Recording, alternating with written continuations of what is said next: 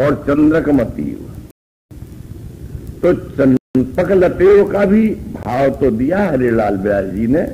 उन्होंने कहा ये इसलिए यहां पर ठीक नहीं बैठता कि चंपकलतेव चंपकलता की भांति चमत्कृत हो गई। किसे देख करके हुई, किस कारण से हुई, वो कारण का यहां पर स्वरूप प्रभाव प्रकट नहीं किया गया है, इसलिए इस पाठ को उन्होंने स्वीकार नहीं किया। किसे देख करके चमत्कृतांगी हुई वृषभानुनंदनी? बोले चंद्रक माने मयूर पंख को। मयूर पंख वृंदावन विहारी अवतार काल में नंदनंदन का एक भूषण है और नित्य में भी भूषण है। इस मयूर पंख के धारण करने पर भक्तों ने बड़ी बड़ी उत्प्रेक्षाएं की हैं, बड़ी सुंदर भाव की उत्प्रेक्षाएं की हैं। एक भक्त तो कहते हैं मोर सदा प्यू प्यू करत नाचत लखि घनश्याम तासों ताकी पांखहू सिरधारी घनश्याम। मयूर सदा जब बोलता है तो प्रियतम का नाम लेता है, और घने घने जब श्याम वर्ण के बादल आते हैं उनको देख करके वो नाचने लग जाता है। घनश्याम के रूप से उसको प्रीति है, घनश्याम के नाम से उसको प्रीति है। जिसको नाम और रूप से प्रीति है वही तो भक्तों का ही नहीं भगवान का भी शिरोभूषण है। इसलिए आनंद कंद गोविंद ने मयूर के पंख को, और एक संत और कहने लगे कि एक गुण और है उसमें, मयूर में जो गुण है वो किसी में नहीं है। ये जितनी भी सृष्टि है 84 लाख योनियों की, मयूर को छोड़ करके एक को माइनस करो, सब ये मैथुन से उत्पन्न होने वाली सृष्टि है। चाहे वो अंडज है, चाहे पिंडज है, चाहे स्वेदज है, मयूर ही एक ऐसा है जो शिखंडी है। जब काम का उद्वेग होता है तो वो पंखों को फरफराते हुए नृत्य करता है, और जब उसके नेत्रों से अश्रुकण निकलते हैं तो मयूरियां अपने चंचु से उसको धारण करती हैं और गर्भवती हो जाती हैं। कभी भी मयूर ने मयूरी का देह संस्पर्श नहीं किया है। इससे बड़ा काम का विजेता और कौन होगा, है? इसलिए ठाकुर ने कहा कि सिरोधारी प्रेमी यही है जिसको आदर देना चाहिए। ऐसे चंद्रक को देख करके, का चंद्रक देखने के कई प्रसंग हो सकते हैं। कभी वन प्रांत में भ्रमण करते हुए वृक्ष की शाखाओं पर बैठे मयूरों का कोई पंख गिर पड़ा है, धूल में धूसरित पड़ा हुआ है, उसे देख करके स्मृति आ गई है। यदि यही मयूर पंख प्रियतम के पाग में होता, पीड़ पर होता, तो उसकी शायद विशेष महत्ता हो जाती है, अतिशय चमत्कृतांगी हो जाती है। चमत्कृतांगी चौंक जाना, जैसे कोई हम भयदायक वस्तु को देखें तो चौंक जाएं और प्रीतिदायक वस्तु को देखें तो चौंक जाएं। बिना सूचना के यदि कोई दूर देश से हमारा प्रिय आकर उपस्थित हो जाए और आके हमारी आंख बंद कर ले, हम कल्पना भी जिसकी न कर सकें, और जब आंख खोल के सामने आवे तो कल्पना करो प्रेम का कौन सा उद्रेक प्रकट होगा। उस समय तो प्रेम के अनेकों सात्विक विकार एक साथ उदय हो जाएंगे। तो उसमें एक चमत्कृति भी है, उसमें अश्रु भी हो सकता है, वैवर्ण भी हो सकता है, रोमांच भी हो सकता है, स्वरभंग भी हो सकता है, प्रलाप और मूर्छा भी हो सकती है। तो चमत्कृतांगी कह करके जिनके अंगों में चमत्कृति होती है, एक हेतु ये दृष्टा पद दिया, देख करके ऐसा हुआ। दूसरे चरण में आया वेणु ध्वनिम कुछ निशम च बिह्वलांगी। इसमें एक बात का वर्जन किया है हरिलाल जी ने कि इसमें वेणु ध्वनिम के लिए दृष्टा पद नहीं लग सकता।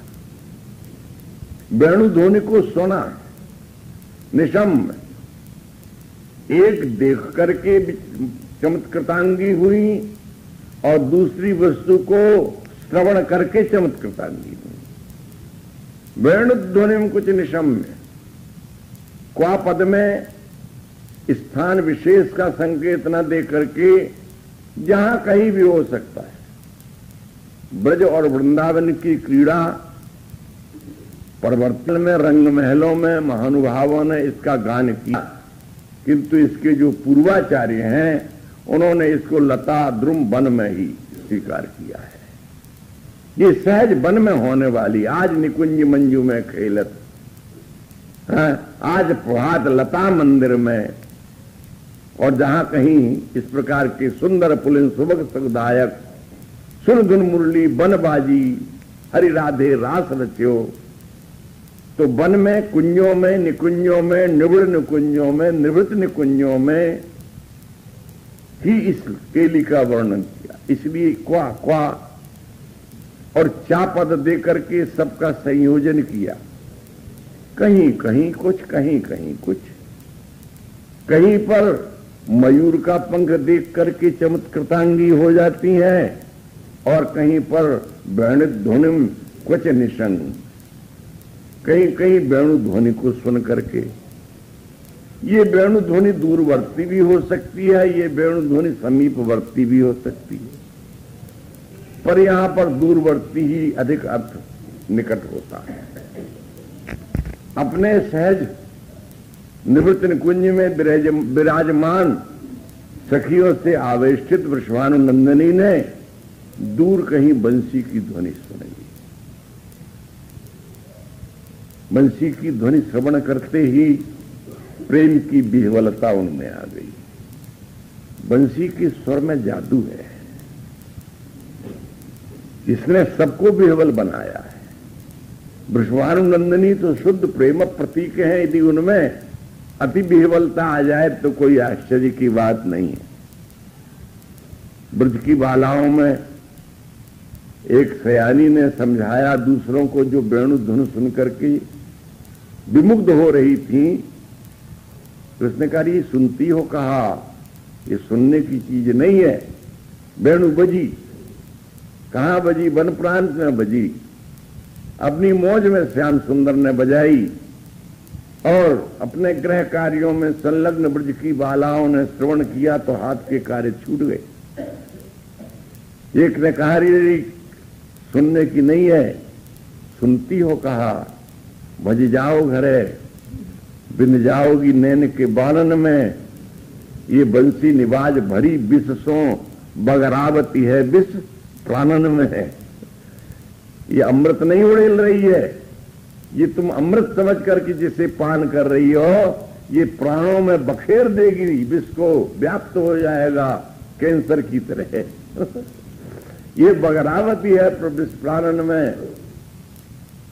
तुम नहीं जानती हो, अभी ही सुध भूली हो भोरी बटू, बटू नाम सखी सहेली, अभी ही सुध भूली हो भोरी बटू, भमरो जब मीठी चितानन में, कुल कान जो आपनी राखी चाहो अंगुरी दे रहो दू कानन में। अपनी कुल मर्यादा सम्मान इज्जत को बनाए रखना है तो इस बैरिन बांसुरी के स्वर को मत सुनो। नहीं मानती हो, मैं कहती हूं कानन दे अंगुरी रही वो, अभी अभी नहीं, जब जब मुरली दिन मंद बजई है। ये मोहनी तानन सोरस खान, अटा चढ़ी गोधन गई है तो गई है, तेरी कहो सिगरे ब्रज लोगन, काल कू कितनो समझई है, माई रीवा मुख की मुस्कान, तुम्हारी न जई है न जई है न जई है। अपनी सुरक्षा करना है तो कानों में उंगली लगा लो और सदा लगाए रहो। रुई के ठेठे लगा दो, कानन दे अंगुरी रही वो, जब जब मुरली बजावे तब तब। ये मुरली हमारी संगिनी नहीं है। इसका परिणाम उस दिन देखने को मिलेगा जब वो मुरली बजाने वाला सामने आ जाए और उसके पास तो बहुत बहुत फंदे हैं। यदि कदाचित उसने अपने किसी फंदे को तुम्हारी ओर फेंक दिया और सबसे बड़ा फंदा है उसके मुख की मुस्कान, लकी जिन लाल की मुस्कान तिन्हीं बिसरी वेद विधि सब पाठ पूजा, ध्यान योग जाप तप नियम संयम और गीता ज्ञान, रसिक भगवत दृग दई अति ऐच के मुख म्यान। और एक ने तो कहा कि हाय रिहाय मंद मुस्कनिया, लिए जात मन जोरा जोरी, जबरदस्ती छीन करके मन को हाथ से ले जाता है। तो उस मुस्कान के पीछे बड़े बड़े बवाल हैं। इसलिए सावधानी यही है कि कानों में उंगली लगाओ, पर ये थोड़े सावधानी दे करके डंका पीट के थोड़े बजाई जाती है मुरली, तो बस फूकी सो फूकी। निशम्य वेणु ध्वनिम कुछ निशम्य च बिह्वलांगी। वेणु धुन को सुनकर के जिनमें प्रेम की उद्रेक आ गई, बेहवल हो गई। बेहवल का अर्थ जिसको शुद्धि बुद्धि नहीं रह गई। जाहिर में गो के बैठा लोगों के दरमियान हूं, पर यह खबर नहीं है मैं कौन हूं कहां। बेहवलता में प्रियतम से मिलने की जो एक तीव्रतम लालसा प्रकट होती है। अरे भूखा कितना बेहवल होता है, प्यासा कितना बेहवल हो जाता है? और जिसके भीतर लोभ के आवेग आते हैं वो कितना बेहवल होता है। कहीं न कहीं किसी अंग में बेहवलता का तो ज्ञान होना चाहिए, क्योंकि ये मानव स्वभाव की एक विशेष वृत्ति है। जीवन में ऐसे प्रसंग सबके ही आते हैं। प्रेम की बेहवलता दुर्भाग्य है कि कभी नहीं आई, और सब आई, खाने की आई, पीने की आई, लालच की आई, काम की आई, क्रोध की आई, पर प्रेम की बेहवलता नहीं आई। प्रेम की बेहवलता का देश तो ये है। ये प्रेम बेहवला की चरण प्रांत का ध्यान करो। वेणु ध्वनिम कुछ निशम च बिह्वलांगी। पहले तो बताया कि मयूर पंख देख करके चमत्कृत हुई और वेणु ध्वनि सुन करके जो बेहवल हो गई। और तीसरी बात और बताई, श्याम सुंदर गुणई रनुगी यमानई।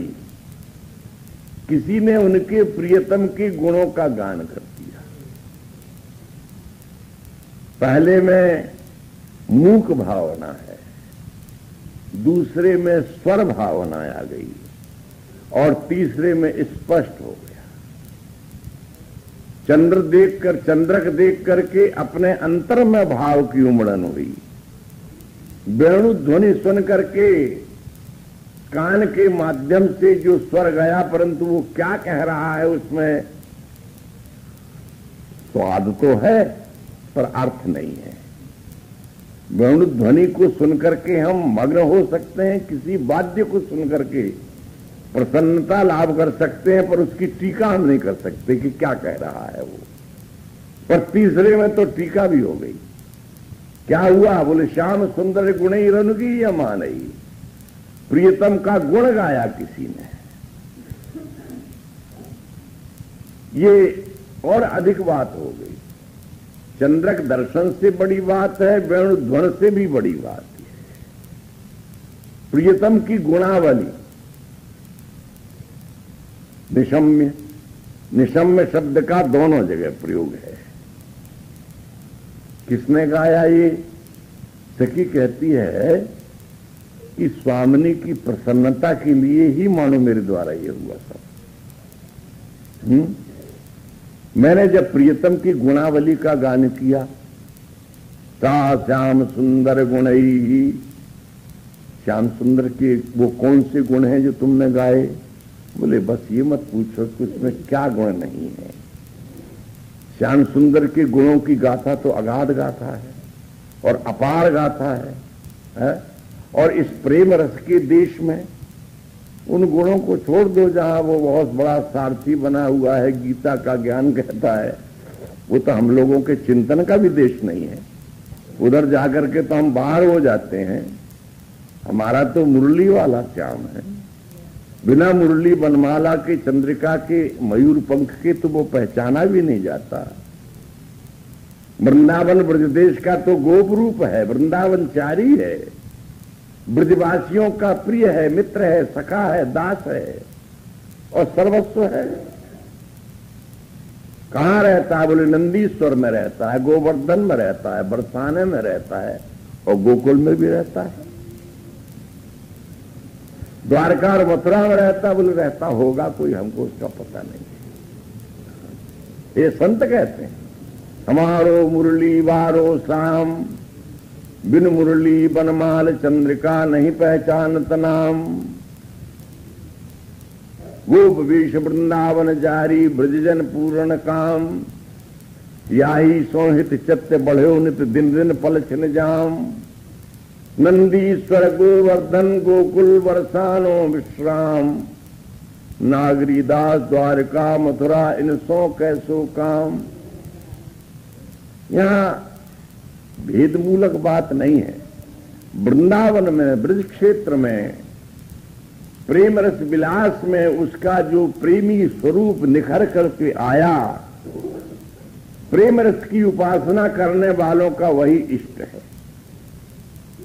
इष्ट का अर्थ होता है हमारे हृदय में जिसके लिए अतिशय प्यार है, जिसकी चाहत है।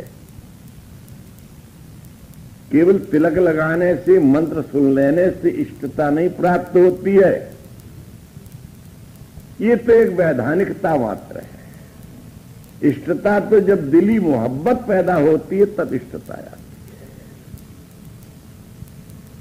जिसके सिवाय अन्य कुछ प्रिय नहीं रह जाता है। जो हृदय का एकमात्र ध्येय और प्रेय बन जाता है, जिसके बिना जीवन पूर्ण नहीं हो सकता है, जिससे अतिरिक्त अन्य कुछ अप्रिय होने लगता है। ऐसा वृंदावन के रस के जो प्रेमी उपासक हैं, उनका इष्ट है वो मुरली वाला। ब्रज में उसके गुण कुछ और हैं, जिससे ब्रज के सखा उसके साथ जुटे हुए हैं। वात्सल्यमयी माताएं जिसे अपना इष्ट मानती हैं, वो कुछ और है। जिस देश की इसमें वार्ता की जा रही है, ये निवृत्त निकुंज का सीधे शब्दों में कहो तो कांत कांता संबंध वाला जो भाव है, जहां गोपियों का आराध्य है, वो सखियों का आराध्य है, वो प्रिया का आराध्य है? और जिसने अपने आप को इस प्रेम के राज्य में सर्वतोभावेन समर्पण कर दिया, ऐसे श्याम सुंदर के वो कौन से गुण हैं? उसमें कोमलता है, सरलता है, उदारता है, नम्रता है, विनय है, दीनता है, चाटुकारी है, काकू बचनावली है। प्रशंसा करने लग जाए प्रिया की तो प्रसन्न कर लेता है। हमने चाटू के वचन सुनाए वो जयदेव कविराज के गीत गोविंद में, देखो वो बड़ा धीर है, बड़ा गंभीर है, और ऐसे ऐसे उसके अनंत गुण हैं। इनमें से सब गुणों का तो वो कहती मैं गान नहीं कर सकती, कतिपय गुणों का। और प्रेम के देश में तो प्रिया को वशीभूत करने के लिए एक ही मार्ग है, उनके प्रियतम के गुणों का गान, उनके प्रियतम की प्रसन्नता का लाभ करने के लिए कोई उद्यत हो जाए तो किशोरी उसकी बसवर्ती हो जाती है। इस रहस्य को कम लोग जानते हैं। जो इष्टता का प्रकट रूप है उसे तो ग्रहण कर सकते हैं, पर इष्ट की इष्टता कहां है, इसको पहचानना बड़ा कठिन है। और यदि देखें आप तो रसोपासक संप्रदायों के मंत्रों में यही गंभीर रहस्य भरा हुआ है।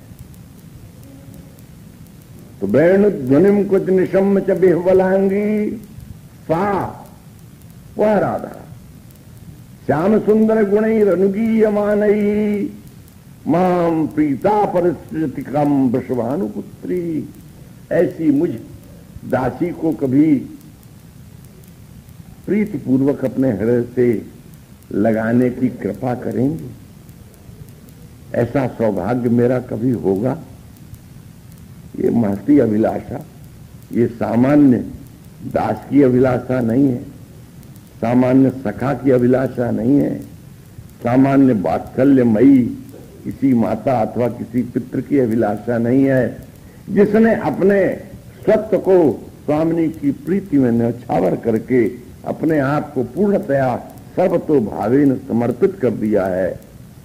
क्यों है ये साहस, जिसमें रसकुल्याकार ने कहा है कि सजनी इसलिए अभिलाषा करती हैं क्योंकि वो कहती हैं कि मैंने वृषभानुनंदिनी को जन्म के दिन से देखा है ना, और देखा ही नहीं है, मैंने अधिकाधिक इनका लाड़ दुलार प्यार सब कुछ किया है। इनके खेल के समय इनके साथ रही हूं, शयन में भी मैंने इनकी साथ सो करके अपना जीवन का समय आगे बढ़ाया है। और जो जो ये आगे बढ़ी है, जिस दिन नंदनंदन से इनकी प्रीति हुई विवाह पर्यंत मैं ही तो साक्षी हूं। और जब ये ससुराल जाने लगी तब प्रिया जी ने स्वयं ही विश्वानंदिनी ने मुझे माता से मांग लिया कि और दे चाहे मत दे पर ये मेरे साथ जाएगी। तो इस प्रकार से मैं जो उनकी अभिन्नांगी हूं, मेरा अधिकार है, मैं ये प्रीति पूर्वक उनका आलिंगन चाहूं तो ये कोई अमर्यादित नहीं है। इस प्रकार से इस श्लोक में जो भी भाव वर्णन किए यथामति यहीं पर आज पर विश्राम देते हैं। अब अगला श्लोक आता है, श्री राधिके सुरत रंग नितंब भागे कांची कलाप कलहंस कलानुलापई ही मंजीर सिंजित मधु वृद्ध गुंजितांग्री पंकी रुही शिशिरियस्वर सच्छटाली। पहले श्लोक में आलिंगन की इच्छा की है, इस श्लोक में कहते हैं कि तुम अपने रस की छटा से सिंचित करके मेरे हृदय को, मन को, प्राण को शीतल कर दो। कल निवेदन करेंगे। श्री राधा वल्लभ लाल। जय राधे जय राधे राधे जय राधे जय श्री राधे।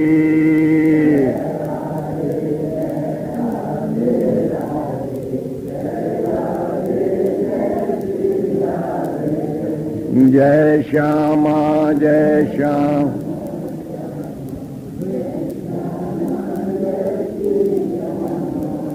जय श्यामा जय तुलसी तो रखी नहीं है इन्होंने। श्री राधा वल्लभ लाल की जय।